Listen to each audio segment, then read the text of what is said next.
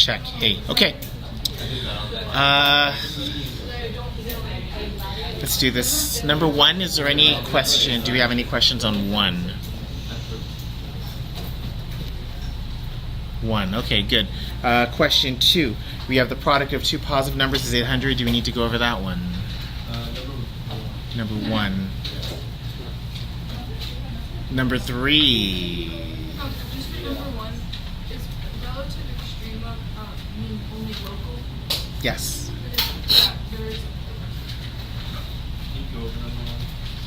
Number 1. How can we do this?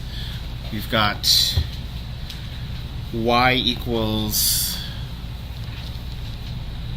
x plus cosine x. Oh, this is going to go badly. X plus cosine x.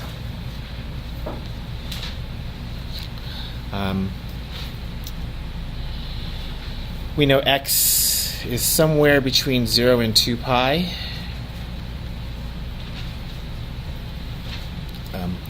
That means my y prime dy dx. That's going to be 1 minus sine x.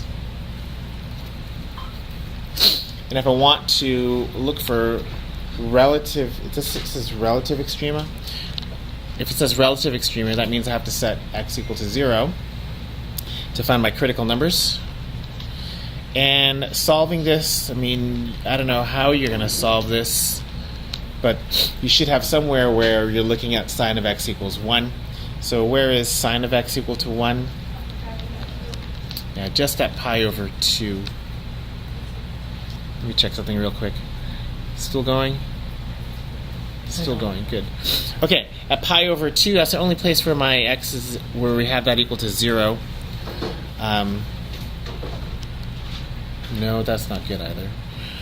Okay, that should be a relative extrema, but we're not 100% sure. We still have to check. So let's check. We'll make our first derivative chart. There's my x's. Here's my dy dx. My interval begins at 0 and goes over to pi over 2.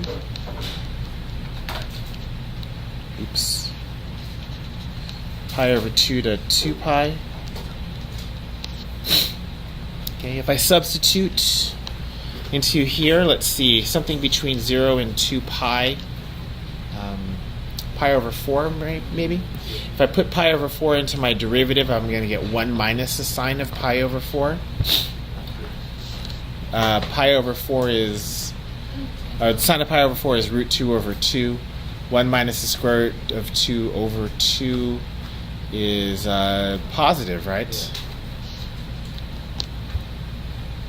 And then if I pick something between pi over 2 and 2 pi, let's see, I think pi would work, right? Yeah. Sine of pi is 0. 1 minus 0 is also positive. So, it looks like that's not a relative extrema. Not a relative extrema because the slope doesn't change from positive to negative or negative to positive. So there are no relative extrema.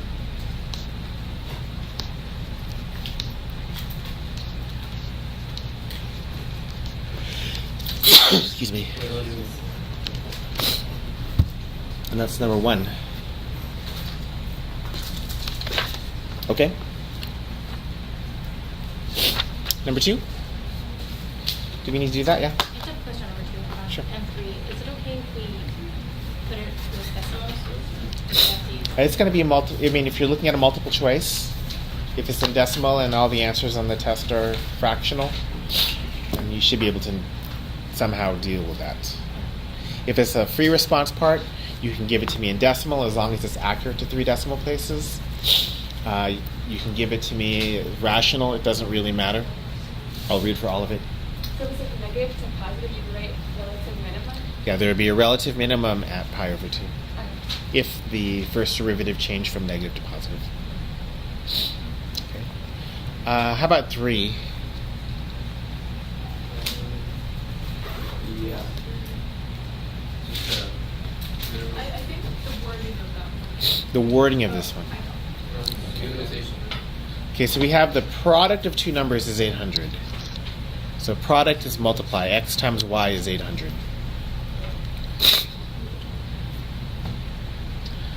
The first of the... Find the two numbers if the sum of 2 times the first, sum 3 times the second. That's what we want to minimize. So we'll make that my function, your function. Do we need to finish this, or?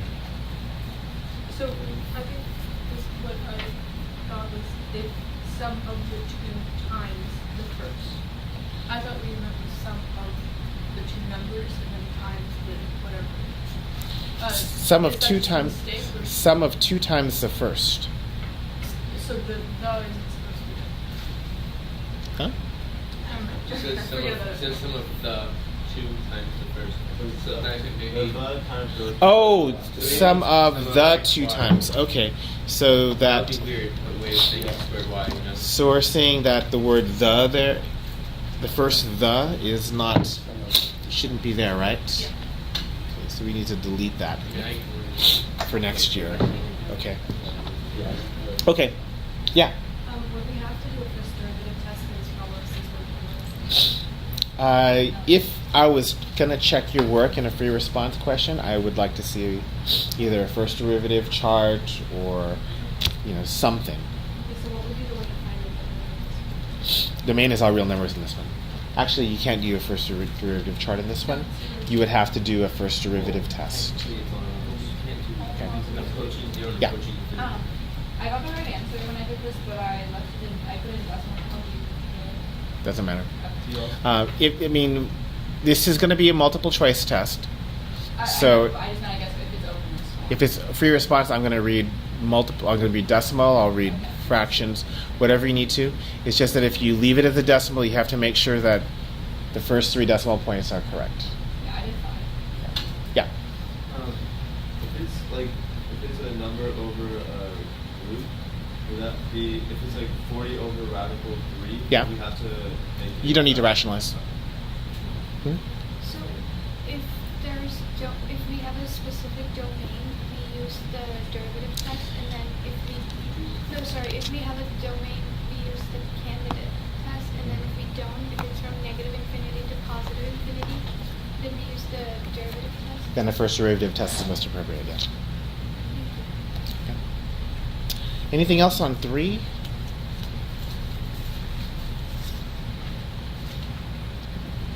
Grammar. How about question 4? Yeah. You go over that one. We do that one. So we have this rational expression.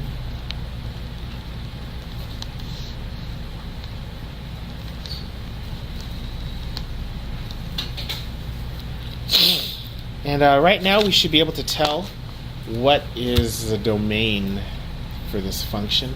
Are there any places where the denominator is ever going to equal 0? No. Denominator is not going to be equal to 0. There are no roots. So it looks like x is going to go from negative infinity to positive infinity, which will be important for us when we start looking at our first derivative chart. Next, we should find our first derivative, right? So f prime of x. Now, there's a couple of different ways to take the derivative here. I imagine most people use the quotient rule. There's certainly a way to re-express this function so you can use the product rule instead, which is what I would probably do. But for argument's sake, let's use a quotient rule. It's a denominator multiplied by the derivative of the numerator minus the numerator multiplied by the derivative of the denominator over the square of the denominator.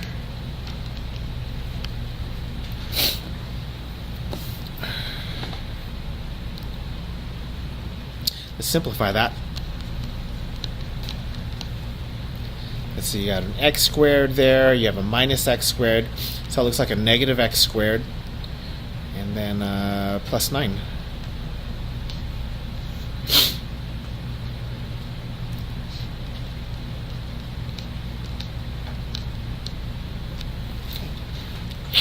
So this is a warning sign here. This looks like someone who has half-baked algebra would try to cancel stuff out here. That's probably a bad idea. Nothing actually cancels here. Yeah. Should we expand that to the final answer? You should be able to expand it or factor it, really. Sorry, 3 minus x. It's not an algebra class, so if you don't factor, it's not going to make a world of difference. I mean, if I was doing this problem, I would think I'd feel compelled to factor since I know the roots are going to be 3 and negative 3 already.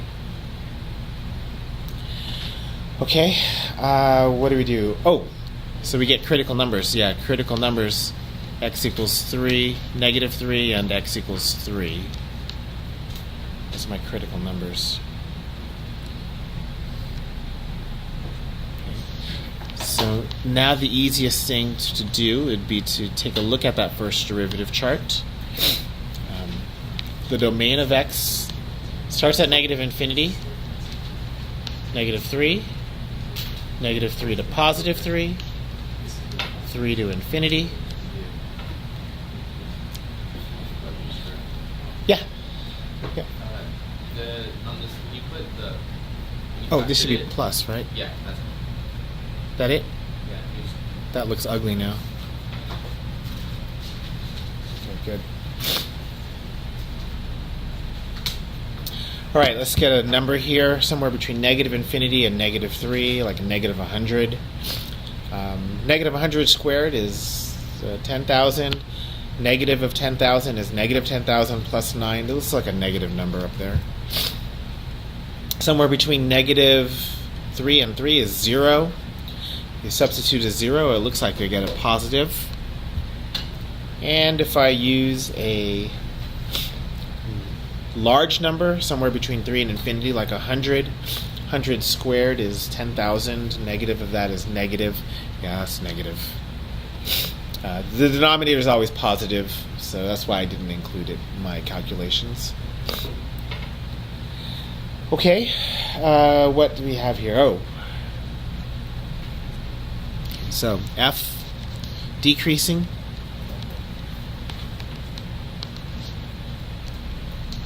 for x between negative infinity and 3 to positive infinity.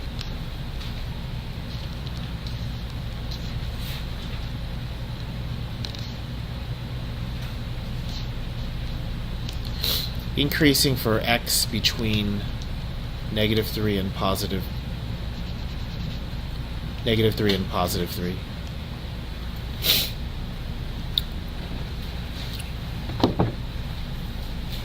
do that first one's supposed to be negative 3. Yeah, it is.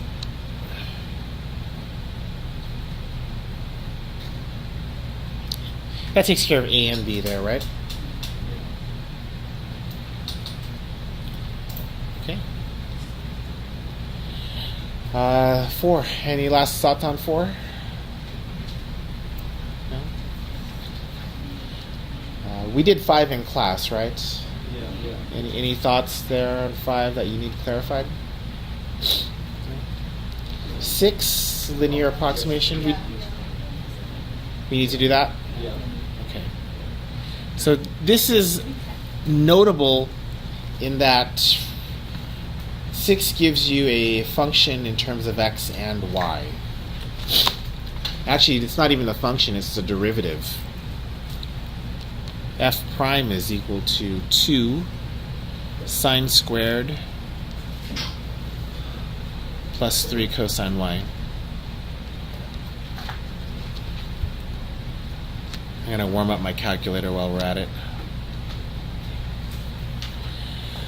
Okay. First thing is we know that f of 3 is 1.5.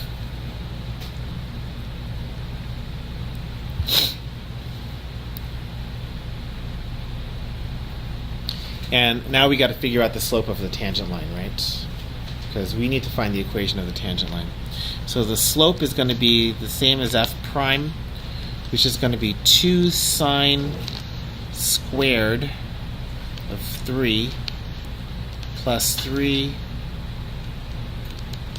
cosine of 1.5. Now, I know in high school I certainly didn't do a whole lot of functions that had x and y in it, so I can understand this might be a little weird. Remember not to take the derivative again, because this is already the derivative of f. Yeah? On the paper it says 2 sine x squared. Oh, 2 sine of x squared. Like that? Yeah. Yeah. Okay. So let's evaluate that real quick. We got 2 sine of 3 squared plus 3 cosine of 1.5. Remembering to check if we're in radians. We are in radians. Get a 1.03644.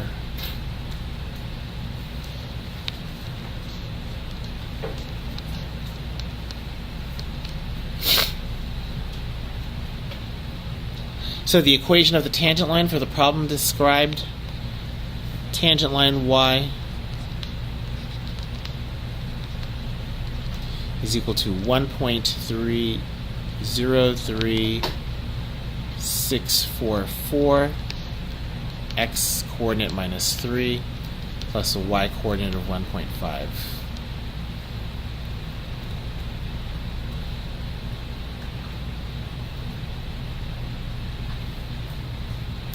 Part B,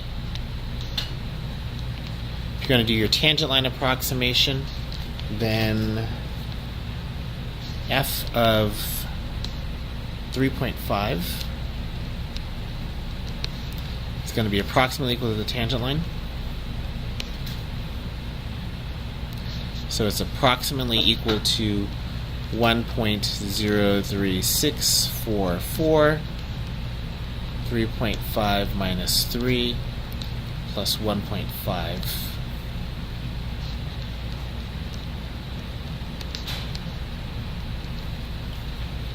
Do we have a number there?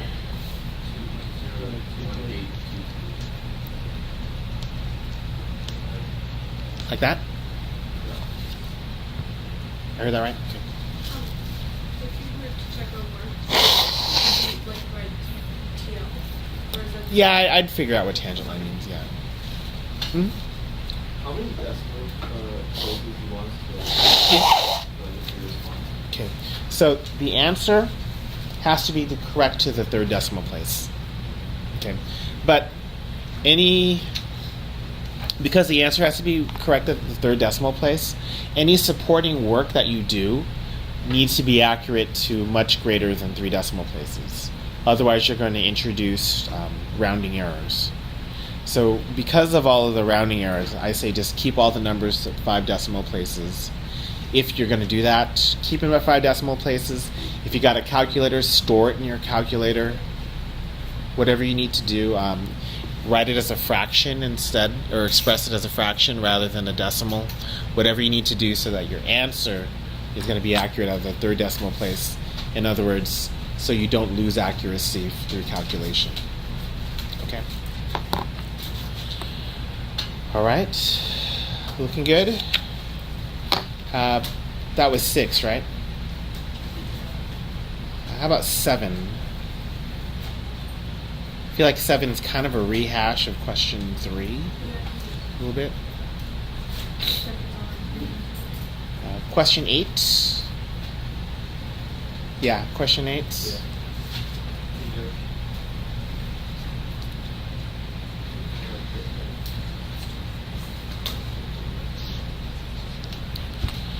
So we have the situation where Alexis is walking towards a street light. Street light's 20 feet above the ground. Alexis herself is 5.7 feet tall. which is 5.7 or so, 5.6 point, right around 5.6.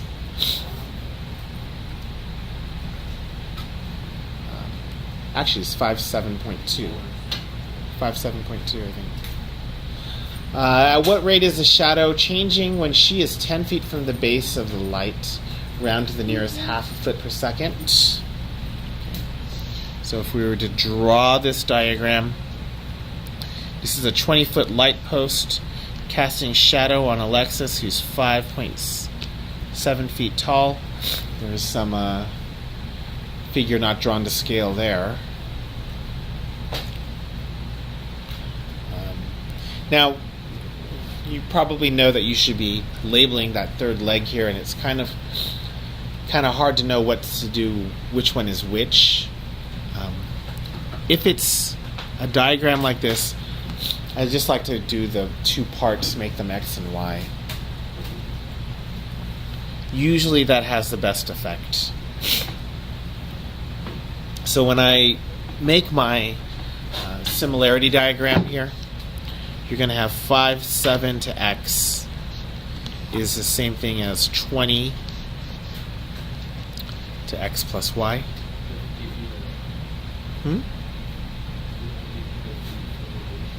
They give you which? They give you Y is 10. Yeah, but Y is changing, isn't it? So the rule of thumb here is if a quantity is not constant, don't substitute it until the very end. It's going to be true all the way throughout the year. Okay, and I think if we do this, you're going to get, I think, 14.3x is going to equal 5.7y.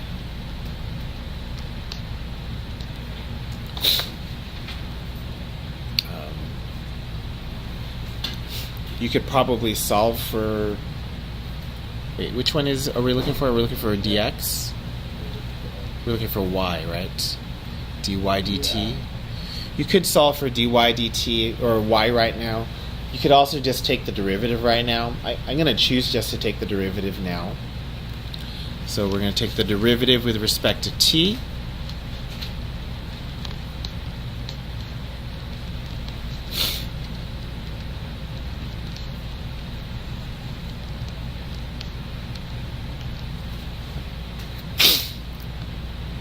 For some reason, to me, these derivatives look a lot neater.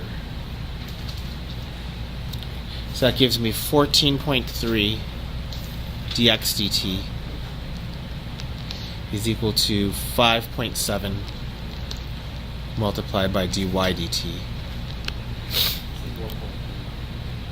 Where is that? Oh, I forgot the 14.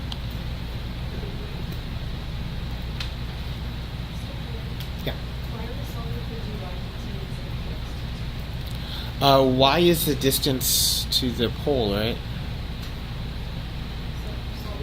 That's part of her shadow changing. Oh, I'm sorry. We want to know her shadow, right? Yeah. So we want to know dx. So we know dy dt is negative 5. When would you know when that number is negative or positive? Is y getting bigger or smaller? Smaller. Negative. Okay. So we got what? Dx dt is 5.7 on 14.3 multiplied by negative 5. So whatever that simplifies to.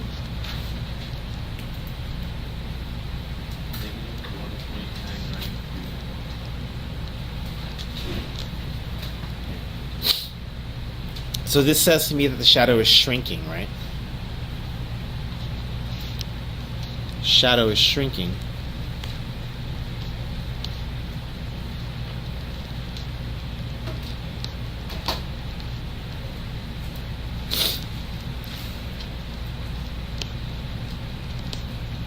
At a rate of 1.993. Is that feet per second? Yeah, it is. Feet per second. But it says to round to the nearest half foot per second, right? So 2.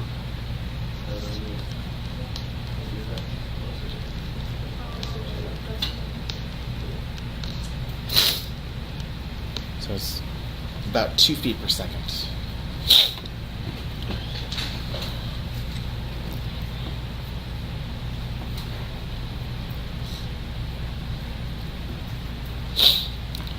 Okay. That's 8. Anything else on 8? Follow-ups, comments? Okay. 9? Yes, no? 10? 10? Okay. You're building a pen to house goats at the ranch. You're using the side of your barn and 3 sides of a wooden fence, and you want your fence to have an area of 1,000 square feet.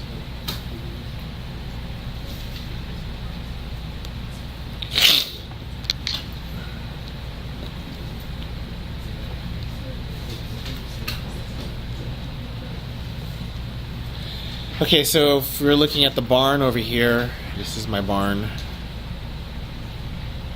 Let's make it red. This is my barn. And then my fence is going to go like this, right?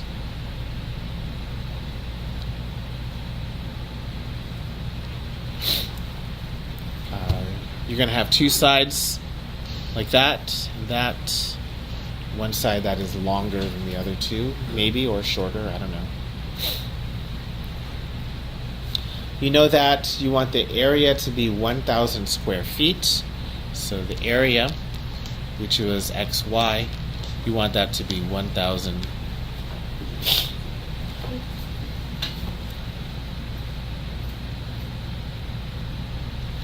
What is the minimum amount of fencing that we can use? So the amount of fencing is going to be 2 X's put together with a Y. Hey. I am going to go across the street for 15 minutes, but they keep shutting the doors. I'm going to open it. If you're banging in 15 minutes, will you be here? Yeah. You have my Will you number? let me in? My phone's out of Oh, battery. well, never mind. I'm a mess. You're a mess. Horrible. Thank you. Okay, we know what Y is. Y is 1,000 over X. So the function here is 2X plus 1,000 over X. This is one of those instances where actually X is infinite. Positive and infinite. You can make, since I don't tell you too much about the dimensions or the constraints of the dimensions, you can imagine an infinitely long, extremely skinny rectangle that has a area of 1,000, even if it's not actually physically possible. Yeah. Yeah, it can't actually be 0. It can't actually be infinity. And chances are we're not going to be able to get there anyways. We're not even going to come close. But we need that just for our solving. We know we can't use a candidate test at this point. So we're going to have to hope there's only one critical number, and we're going to hope that that critical number provides a minimum. Let's see. F prime is 2 minus 1,000 on X squared. And my preferred method is to, move everything to a common denominator.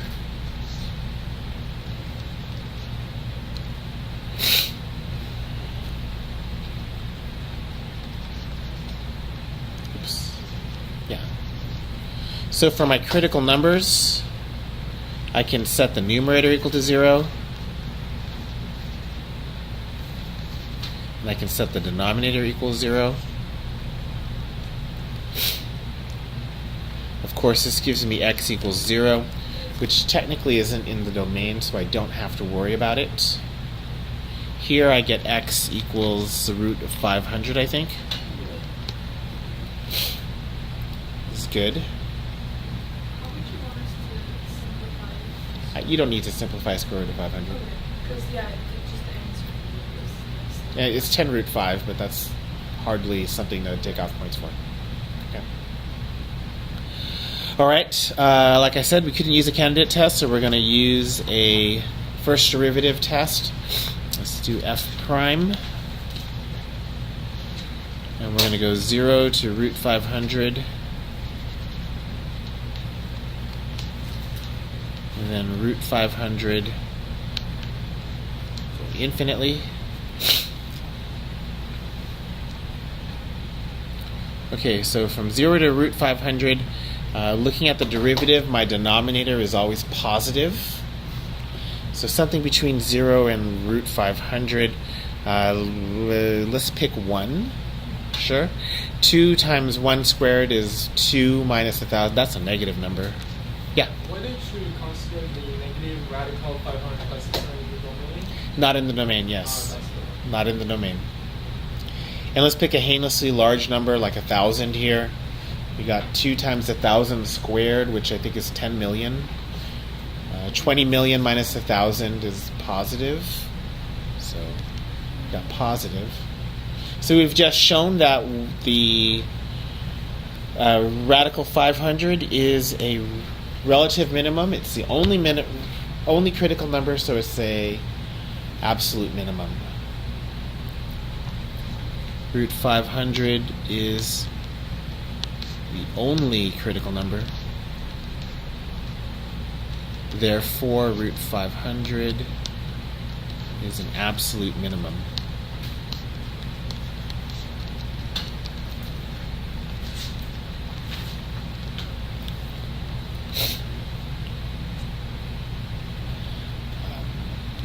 Should we go over finding the dimensions of the thing, or do you just plug it back in? Yeah. Can you plug it back into the original equation? Yeah, that'll do it.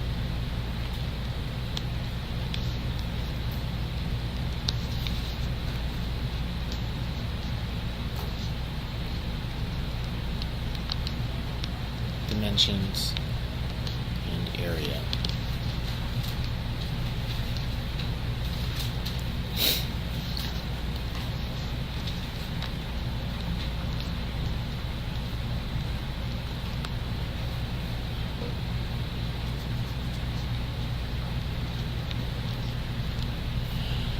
Yeah. Can you do one with the candidate test? Candidate test.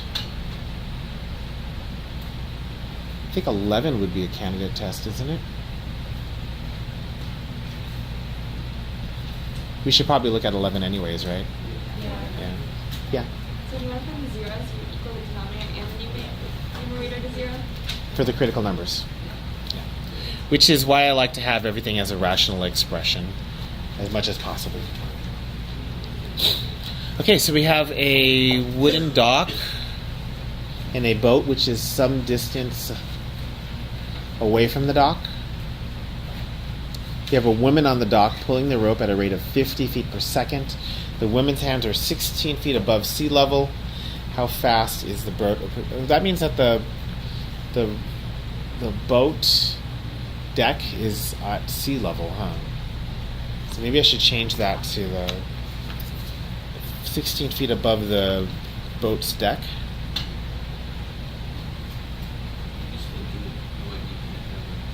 You wouldn't really have the rope on the boat at sea level, right? You're standing at the very, very edge of the dock and pulling it to like the front. Yeah.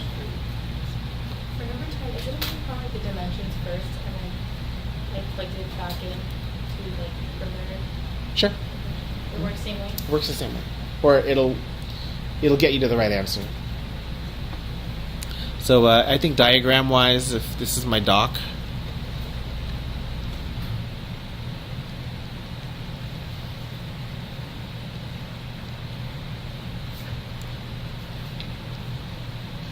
this is the rope.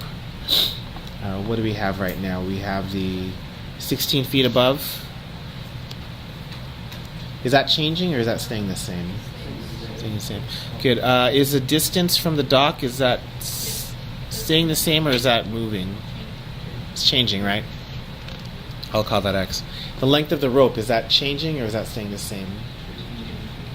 I'm going to call that Z. I tend to call the hypotenuse of a right triangle Z, regardless of the situation. So that's that. We know that x squared plus 16 squared is equal to z squared. That's a Pythagorean theorem, right? How do I know to use a Pythagorean theorem? Well, the very fact that they gave me the hypotenuse is a clue. Hypotenuse is, it's almost synonymous with the Pythagorean theorem. So let's do that. X squared plus 16 squared is equal to z squared. We know dz dt. How much was it? Well, it was 50, but I'm asking if it was negative. It is negative, yeah. It's negative 50 because the amount of z is decreasing. Z is getting smaller. So you got to make that negative. And we want to know the rate that x is changing. So let's take our derivative. 2x dx dt is going to be equal to 2z dz dt. You can absolutely just get rid of the 2's. Die.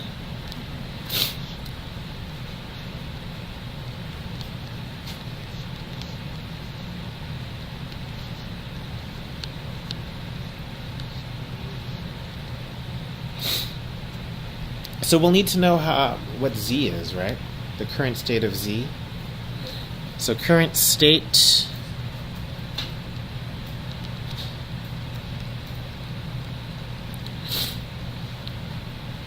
(16). What else is there? 20 feet. So that's a 3, 4, 5 triangle, right? So 4 times 4, 5 times 4, 3 times 4 is 12. So that should be 12. So 12, we have an unknown dx dt equals 20 and a negative 50. That should be enough to get me dx dt. Dx dt is equal to... You got a number there?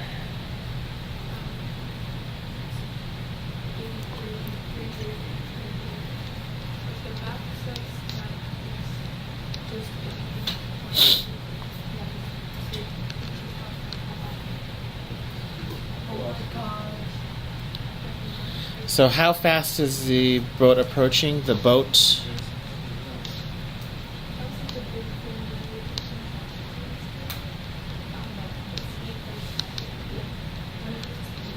approaches the dock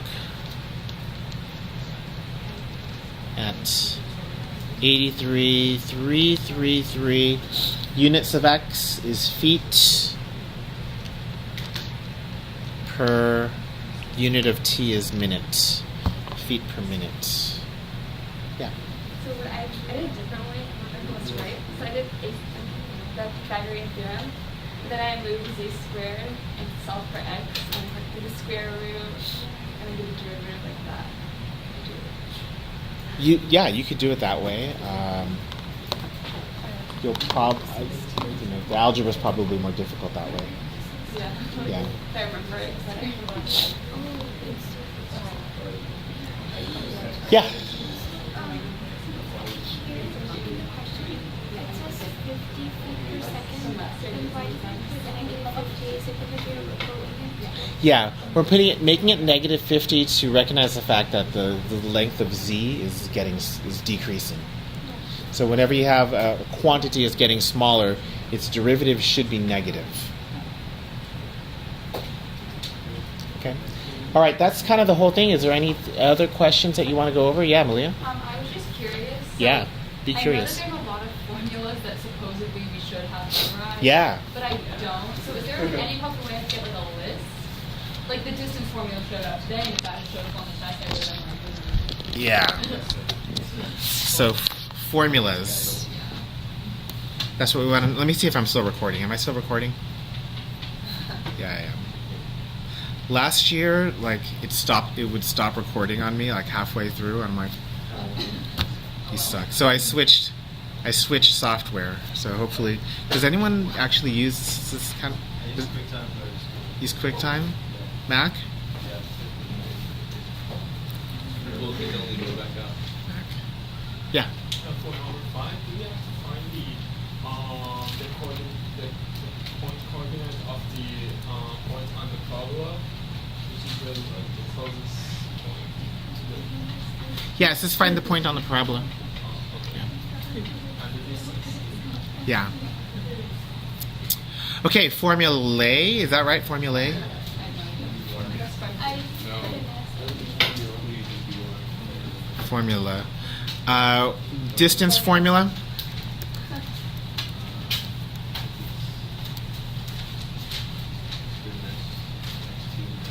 What is that? Distance equals the square root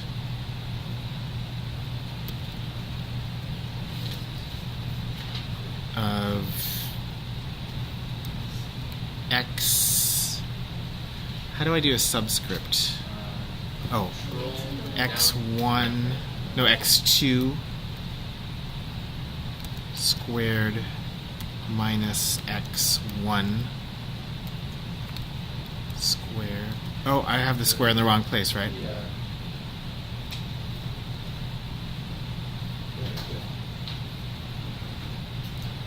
Plus y2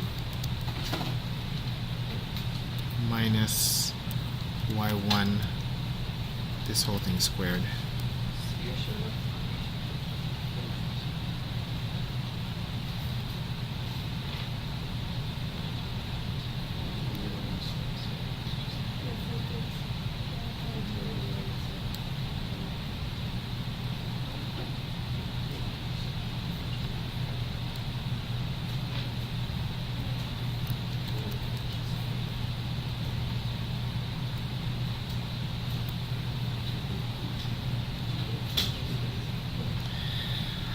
Distance formula. What else are we supposed to have? You're supposed to have the volumes.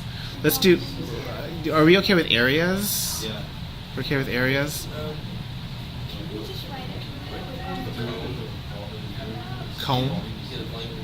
Volume of a cone. Okay, so let's do prisms first. Prism. The volume is equal to the area of the base times the height.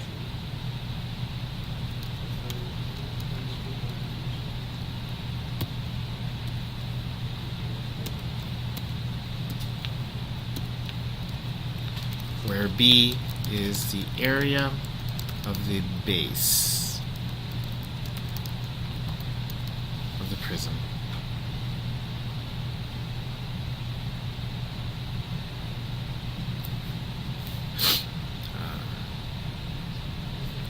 Cone?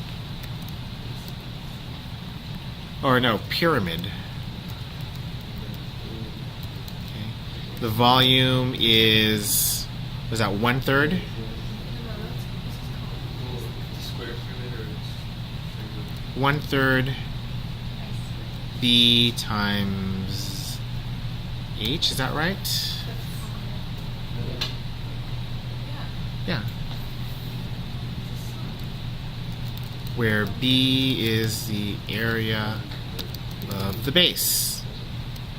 Again, it's kind of up to you to figure out the area of the base.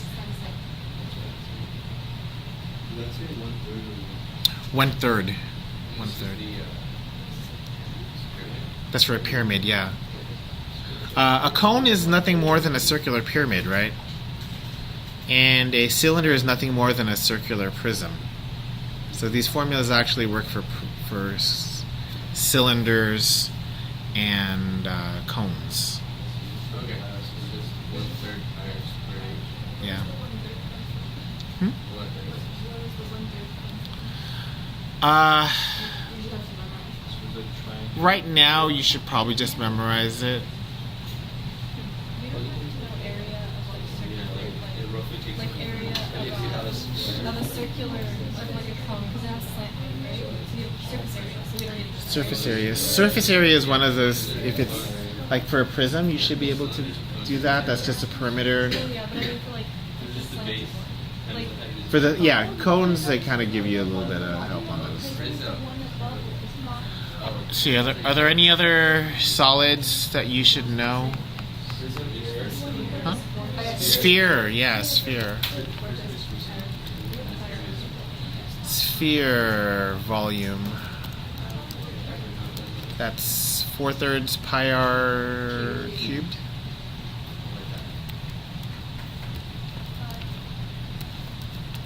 Like that.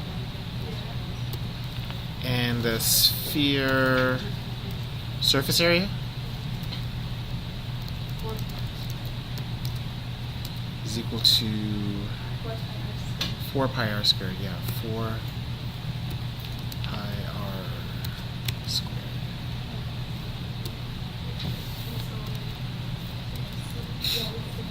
Should I put the cylinders here?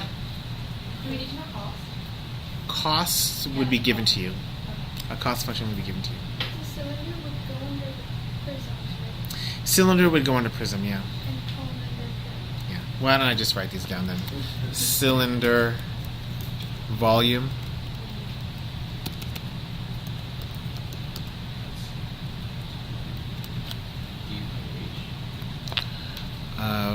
Pi r squared h, right?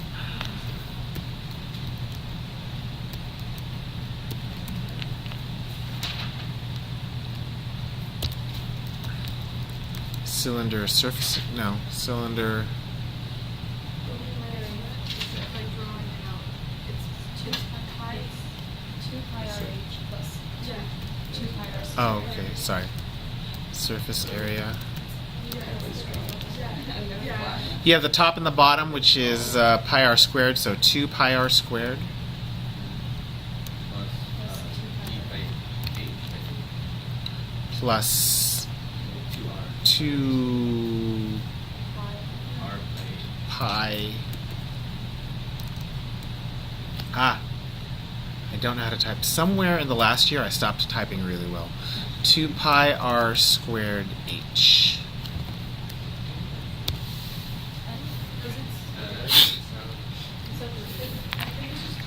I think it's just pi r, 2 pi r. 2 pi r h? Oh, yeah, you're right. That's there's no r square there.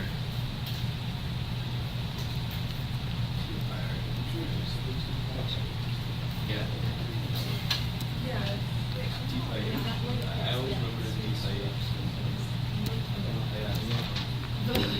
That's it. Okay. Let me see other formulas that you should know. I'm, yeah, cone surface area. That'll be probably given to you. That would be the volume is area of the base times height. Yeah. And then the area of the cone is. Yes, please.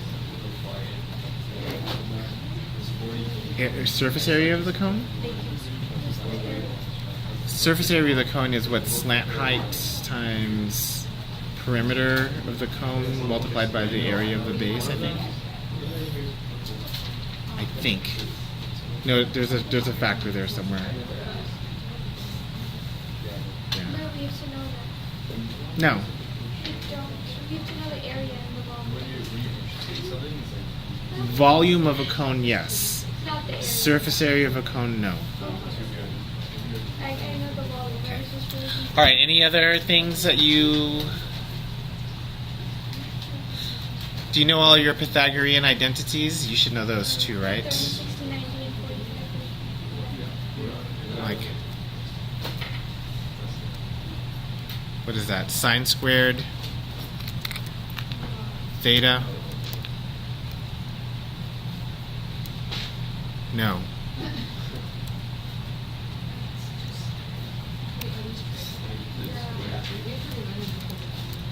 theta plus cosine squared theta equals 1. You should know that one, right? Oh,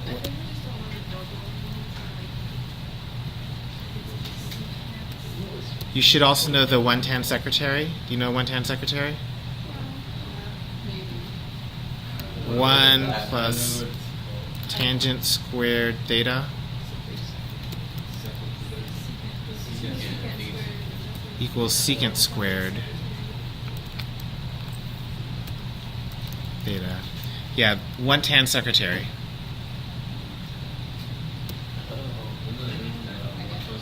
And then 1 cottage cheese. You know that one too?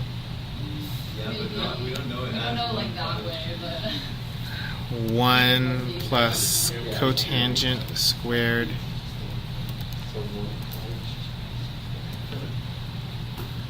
cheese theta. Yeah. These three together are called the Pythagorean identities.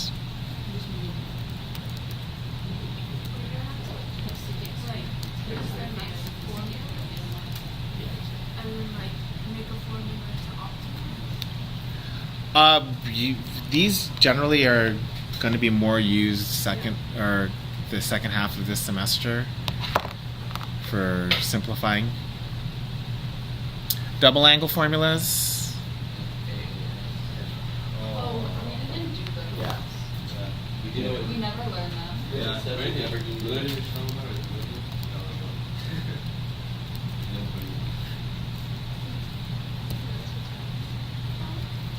What?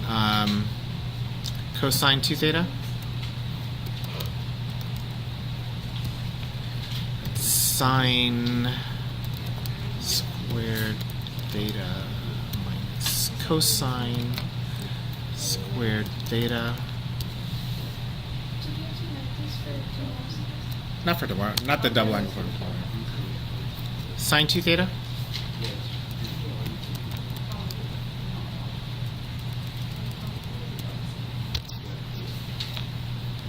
Sine 2 theta. This is the one I have trouble remembering. 2 sine theta cosine theta. Yeah. We did this one. We did try this one. Cosine theta.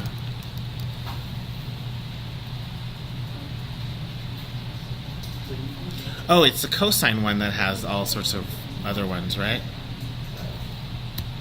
Which is also equal to Can we just look through the book? 1/2.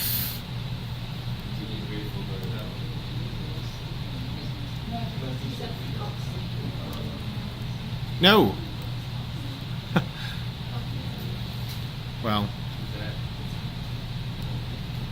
No. You have to know all these formulas by heart for the AP test, right? Well, by the AP test for sure.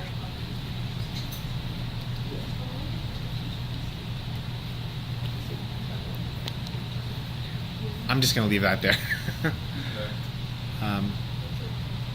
Okay. Last questions. So the test tomorrow is it 7 opposed to 3? Yeah, can we do a candidate test? Candidate test. Yeah.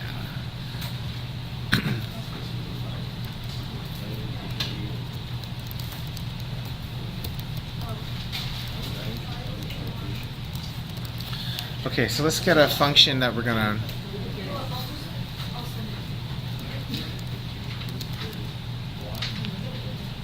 I don't know.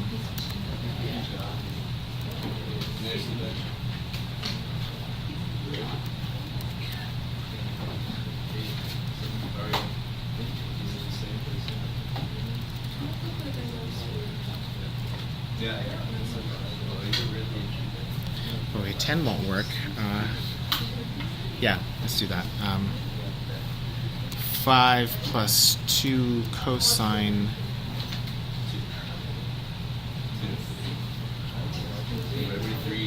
who are human to X squared over 4. what are the others?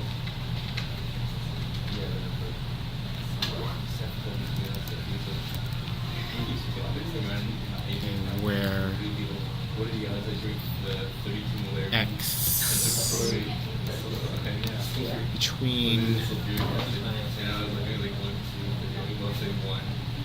Every single time we always say 1. let's just go 0 to 10. Like, alright, drinking it.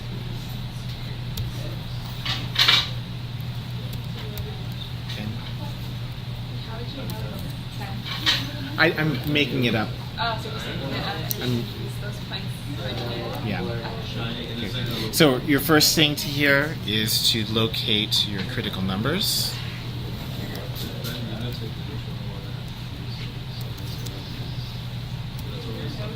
Critical numbers, okay, so we have f prime. Have a good day. F prime of x is going to be equal to, what is that? The derivative of cosine is negative sine.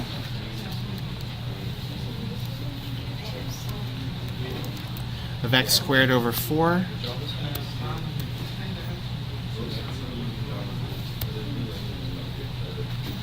Multiplied by the derivative of the thing, which the derivative here would be 2x over 4.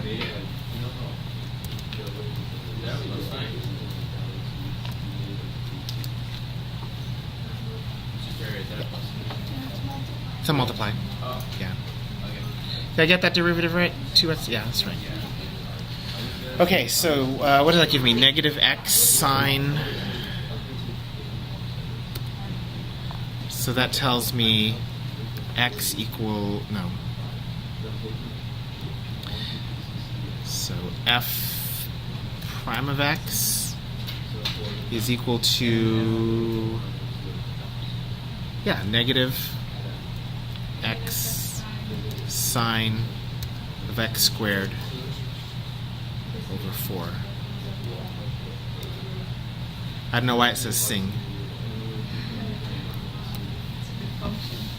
The sing function? Yeah.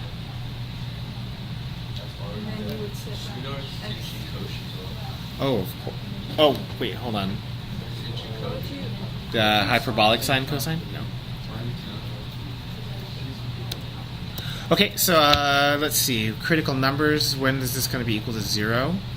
This is going to be equal to 0 if... So this is a little bit of a monster. Critical numbers, the first one is when x is equal to 0, right? That's easy. And... Hold on. When sine is equal to 0.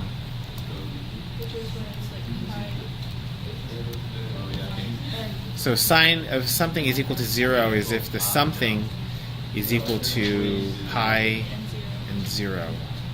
Wait, hold on. My x's are between 0 and 10, right? So we'll have to check 0. We'll have to check pi, which is 3.14. We'll have to check 2 pi, which is 6. And we'll have to check 3 pi, which is 9 something. Okay, yeah. Okay? It's not going to be this complicated, right? No. We just made it up. Okay. Hmm?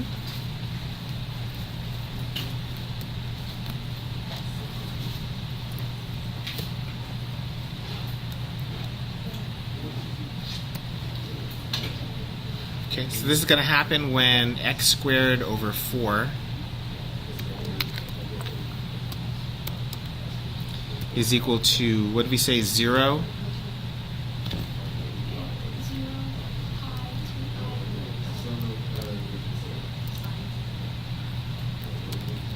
pi. No. X squared over 4 equals 2 pi. No, pi.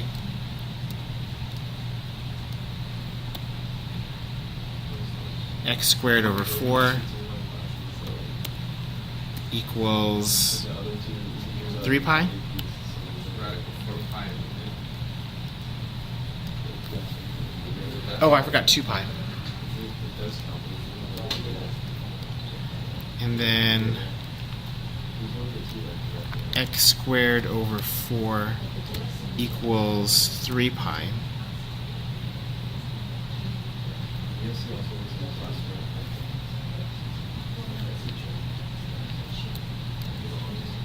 Dot, dot, dot. Okay. So for that first one, x is equal to 0, right? So x can be 0. See, the second one would be the square root of 4 pi, which is, you got a square root of 4 pi? You also get the two.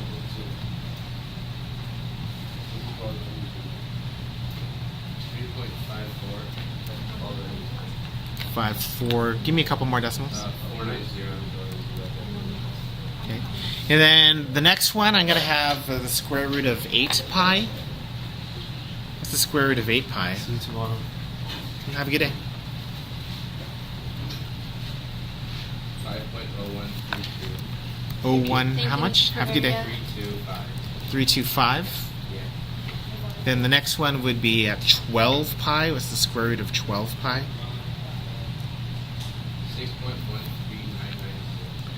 6.13996. 6.13. 996. Okay, so this is a lot of critical numbers. So for the candidate, So I think what we're going to do here is we're going to just change this to 5. That'll help us out. Okay. That'll give us only one critical number to worry about, really. I'm sorry, can I change that to 6?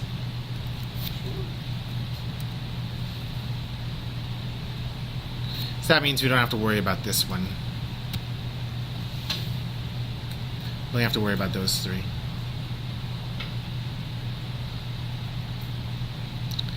All right, now that I have my critical numbers, I'm going to use that chart.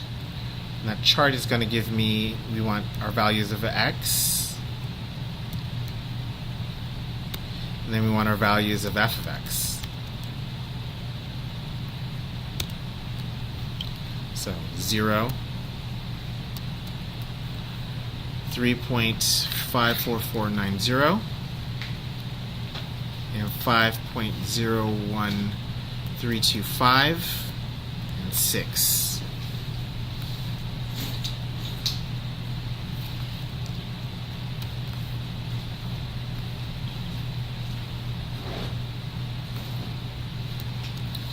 Alright, so we're going to have to plug in these 3 values into my f of x.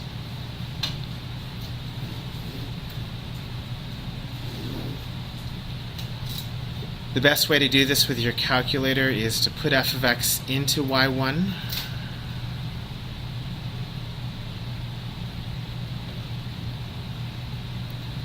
Which was 5 plus 2 cosine of x squared over 4.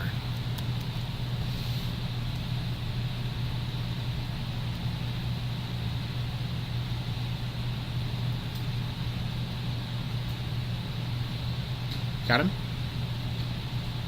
And then let's crunch out those numbers. We want y1 of 0. It's var, right? You can do alpha trace. That'll get you there a little faster. I'm getting 7.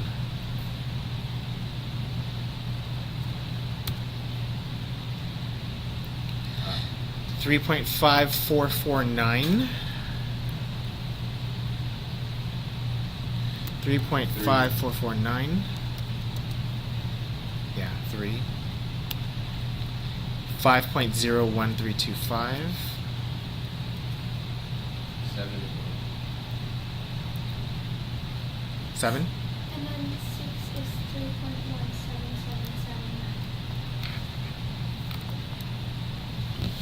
Like that.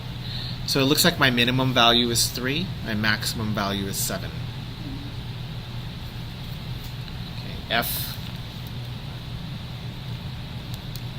has a minimum value of 3 when x is 3.5449. F has a maximum value of 7 when x is 0 and 5.01325. Now obviously there's a lot of context taken out of a question like this, but you should be able to put it back in with context. Okay? Thank you. Thank you so much. Have a good day. Good luck. And let's stop recording now.